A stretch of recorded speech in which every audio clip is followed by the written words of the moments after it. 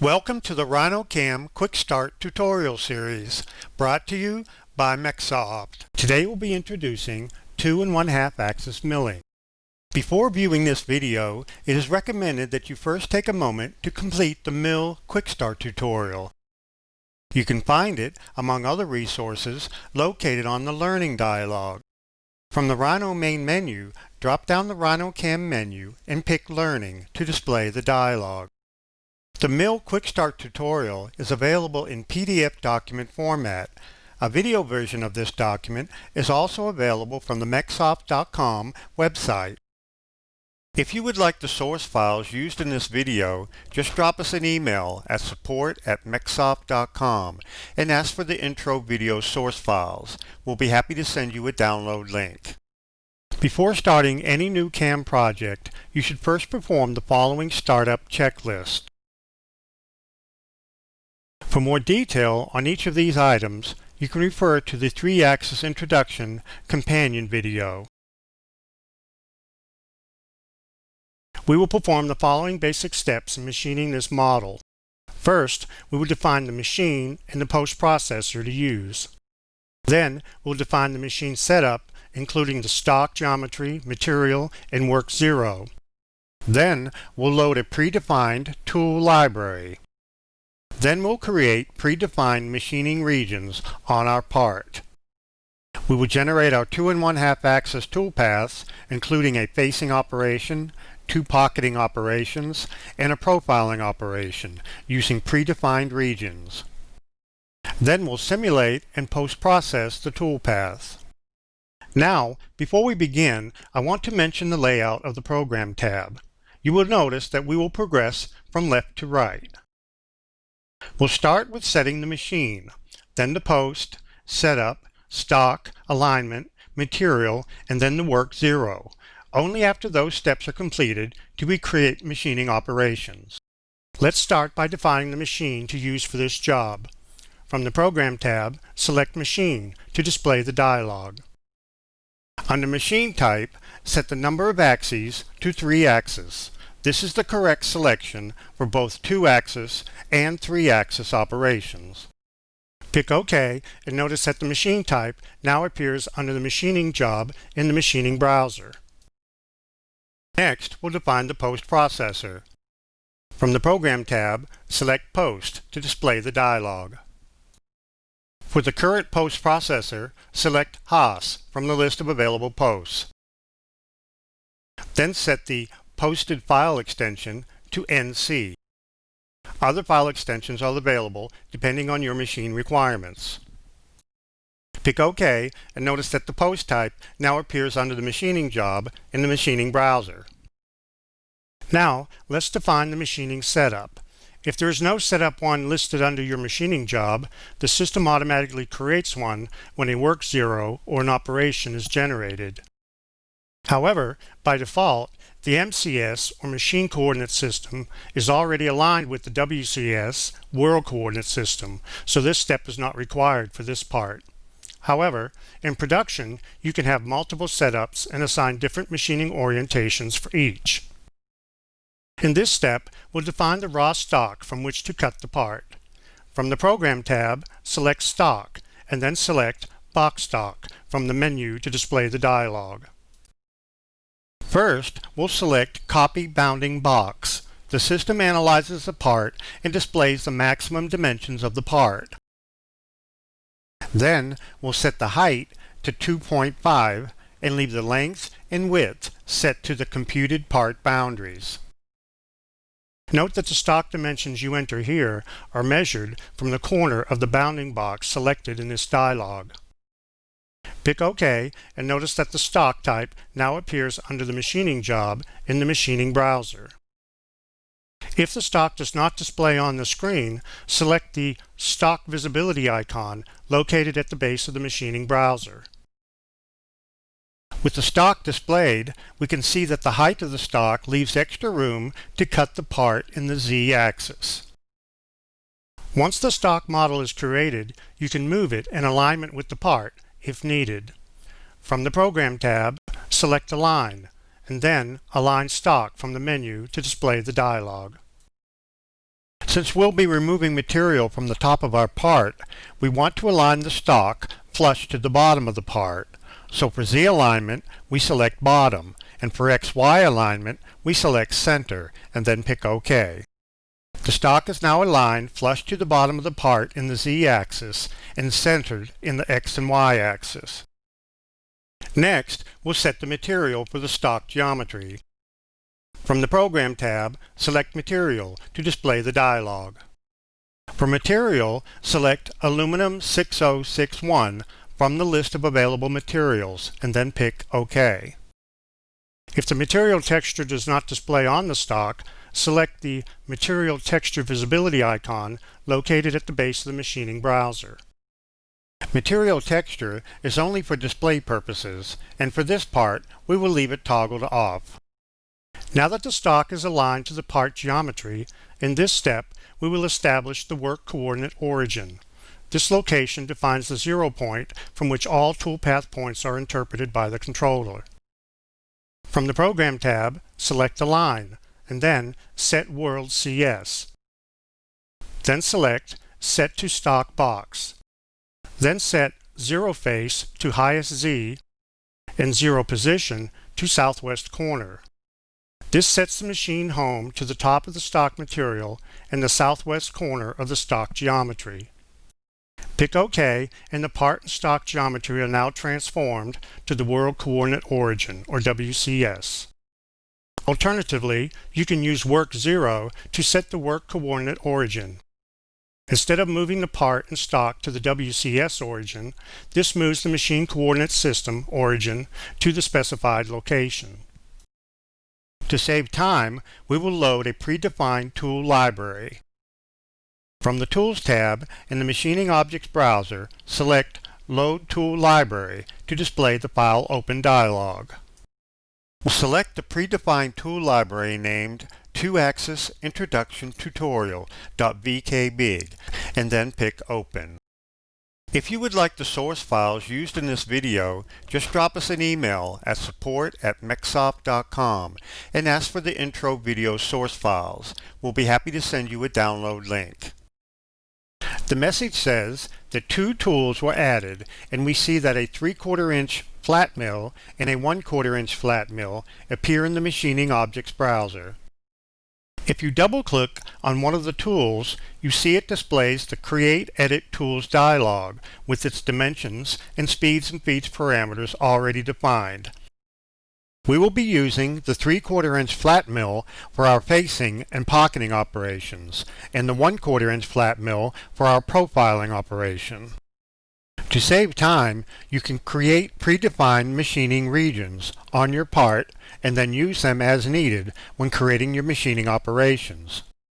For this part, we will create 1 predefined region for our facing operation and 2 predefined regions for our 2 pocketing operations.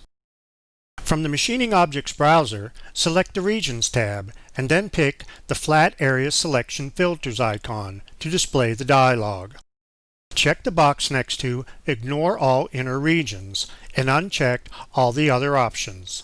When checked, only the outer region of a selected flat area will be defined by the region.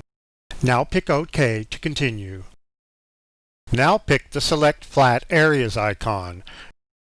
We will pick the top face of the part and then right-click or press Enter. This creates a flat area region around the top outside edge of the part.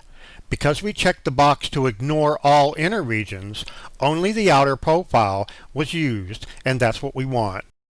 In the Machining Objects browser, you see that a new machining region set was created automatically, and that Flat Area Region 1 was created, added to the set, and then selected. It is also highlighted on the part. Now we'll create another region. Pick the Select Flat Areas icon again. This time, select the pocket face that resides just below the top face, as shown here, and then right-click or press Enter. This creates a second region, and you see that Flat Area Region 2 was created and added just below Flat Area Region 1. It is also highlighted and selected. Now, for the third region, we want to change our selection filter. Pick the Flat Area Selection Filters icon again. From the dialog, uncheck Ignore All Inner Regions, and then check the box next to Ignore Outermost Region, and then pick OK. As the filter suggests, this will ignore the outermost region on the selected flat area. Now, pick the Select Flat Areas icon again, and then select the same face we picked last time, and then right-click or press Enter. You see that with the selection filter changed, selecting the same face creates a region that ignores the outer profile. We see that Flat Area Region 3 was created and added to the set. Now if you select each flat area region from the set, each will highlight on the part. You should note that the actual number value at the end of each region automatically increases incrementally depending on your currently active session, so the numbers you see may differ. With our flat area regions created, we can move on to create our facing and pocketing operations. Now change back to the Tools tab.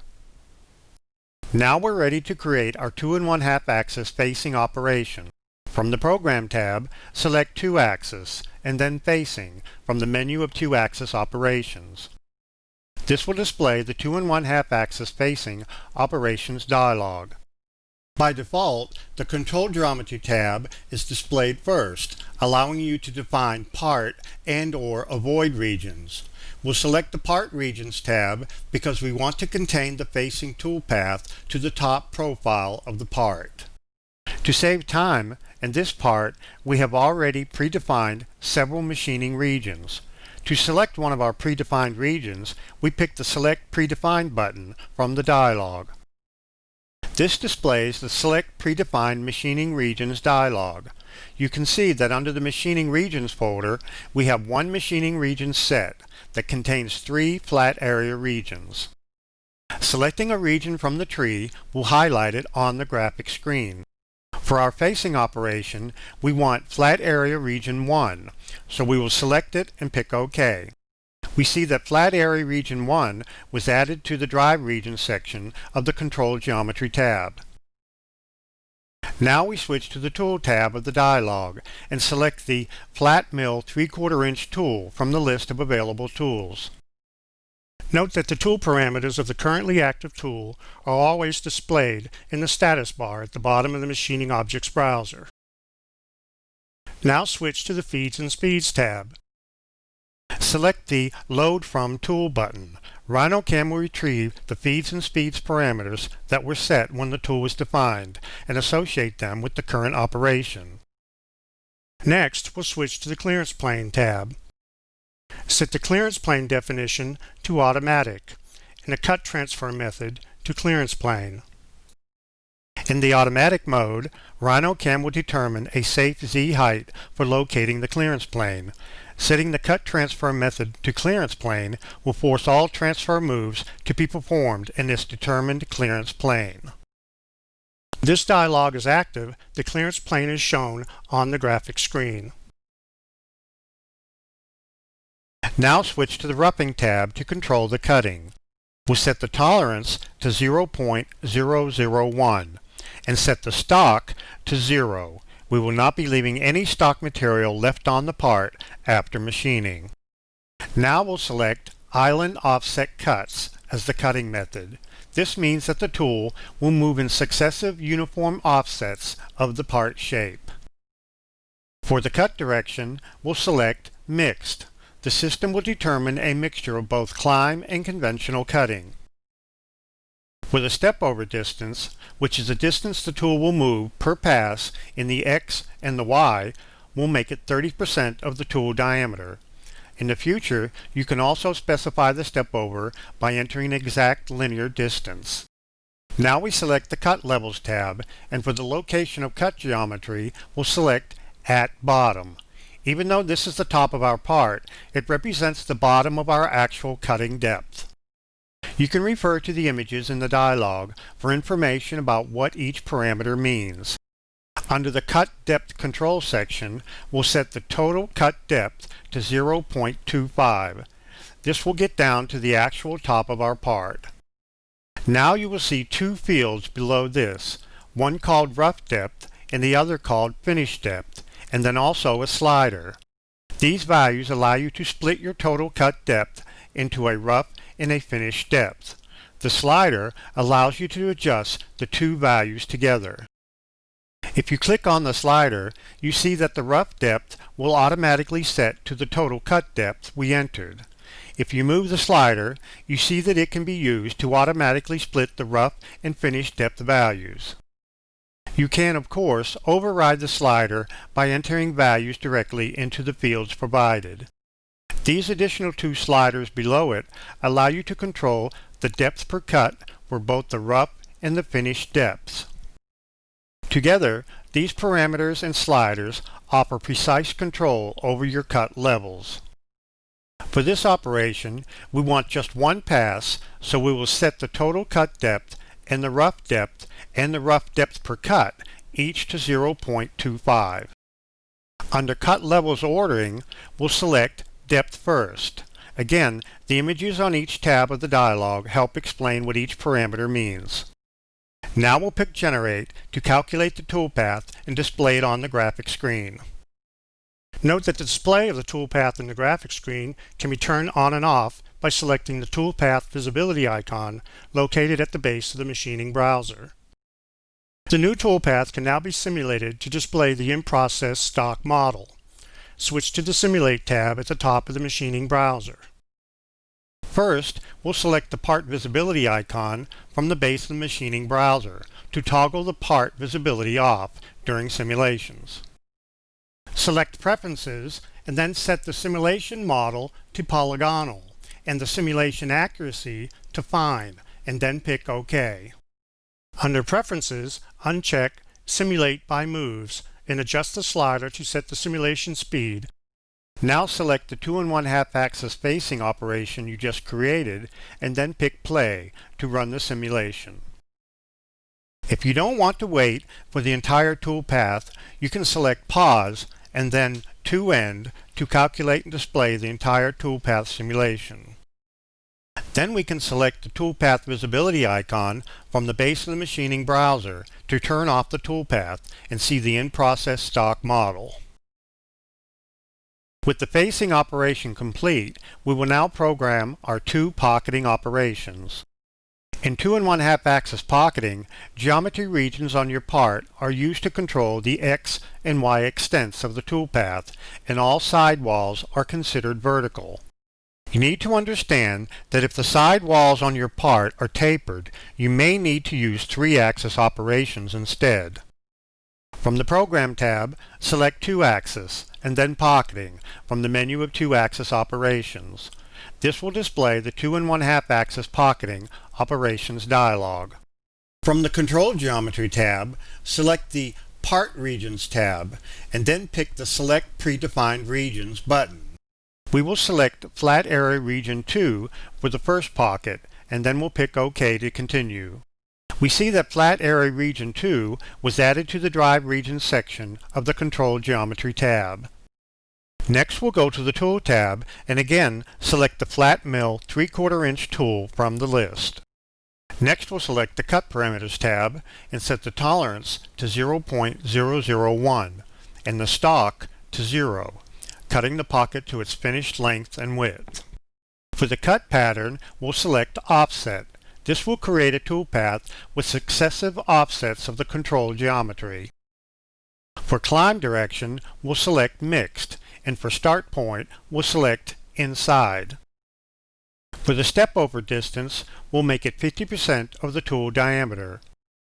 With the offset cut pattern, you have this additional option called Cleanup Pass, and we'll check it.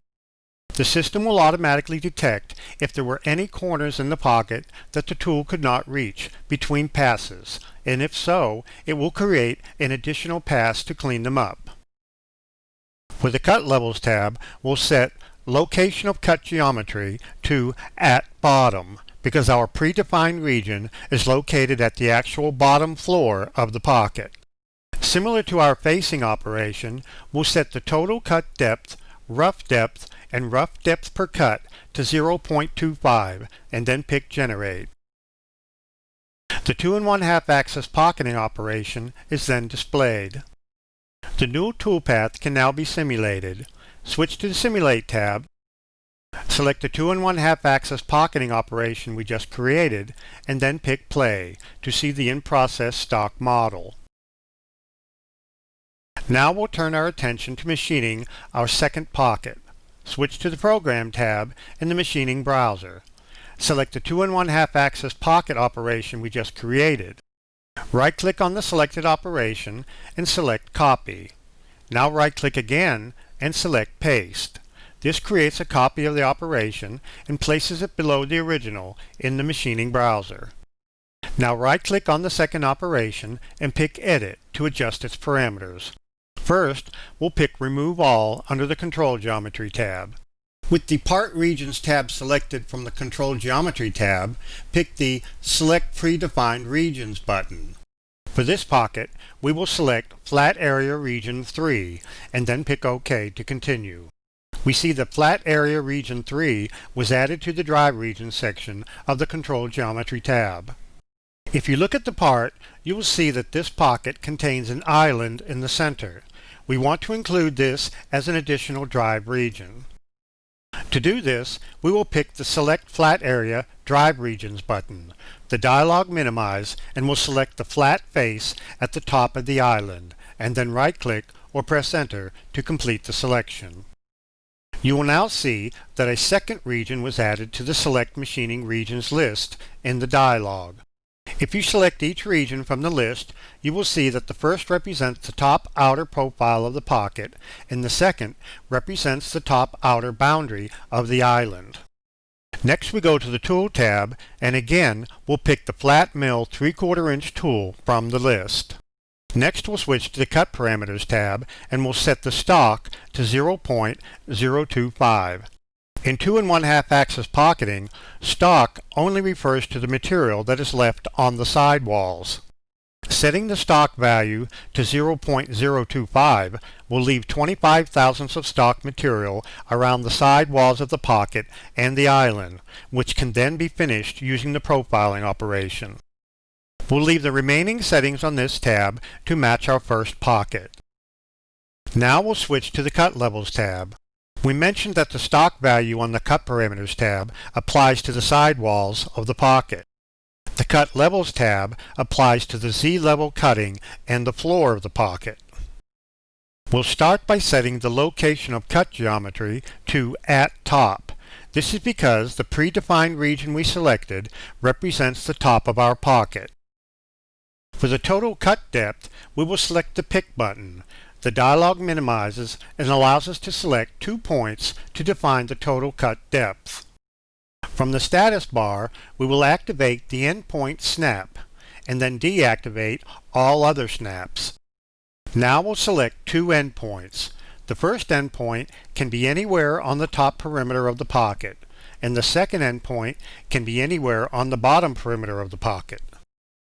It doesn't matter which endpoints you select on the top and bottom perimeter because the system will calculate the depth for you, as long as one is on the top and one is on the bottom. The dialog reappears and we see that the total cut depth was calculated as 1.75. Next, we'll set the rough depth per cut to 0.25. Each pass will remove 1/4 inch of material. We want to make sure that the checkbox for Clear Island Tops is checked. This will make sure a cleanup pass is added at the top of the island, since its height is different than the top face of the pocket. Let's take a moment to review the cut depth control parameters. You should have the total cut depth set to 1.75. The rough depth set also to 1.75. The finish depth is set to 0. The rough depth per cut is set to 0.25, and the finish depth per cut is set to 0. Now we pick Generate. Once the toolpath is calculated, we'll make sure that the display of the toolpath is toggled on, and then we'll select the Display Toolpath and Levels icon from the base of the machining browser. This will allow us to see each level in the toolpath individually. As you can see, a cut level was located at the top of the island, just like we wanted. Now close the Z-level display dialog. The new toolpath can now be simulated. Switch to the Simulate tab, select the 2 1/2 axis pocketing operation we just created, and then pick Play to see the in-process stock model.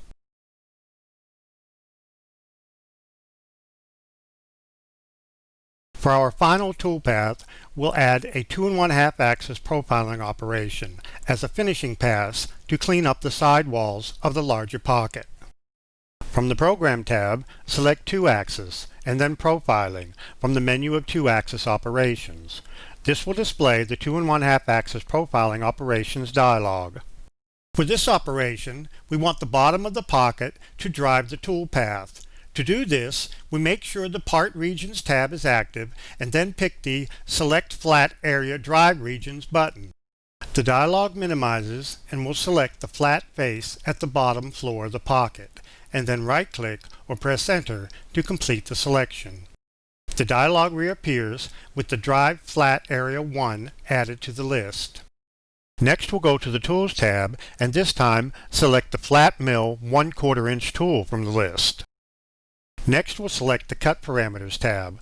From here we'll set the tolerance to 0.001, the stock to 0, and we'll set the cut direction to climb. Then, for Cut Start Side, we'll check the box next to Determine using 3D Model. The system will then determine which side needs to be cut based on the 3D model of the pocket and the island. We need no step-over control since it is only making one pass. Then, on the Cut Levels tab, the location of cut geometry is set to At Bottom, and we can then pick Generate. Now select the Toolpath visibility icon at the base of the machining browser to have a look at the new profiling toolpath. The new toolpath can now be simulated. Switch to the Simulate tab, select the 2 1/2 axis profiling operation we just created, and then pick Play to see the in-process stock model.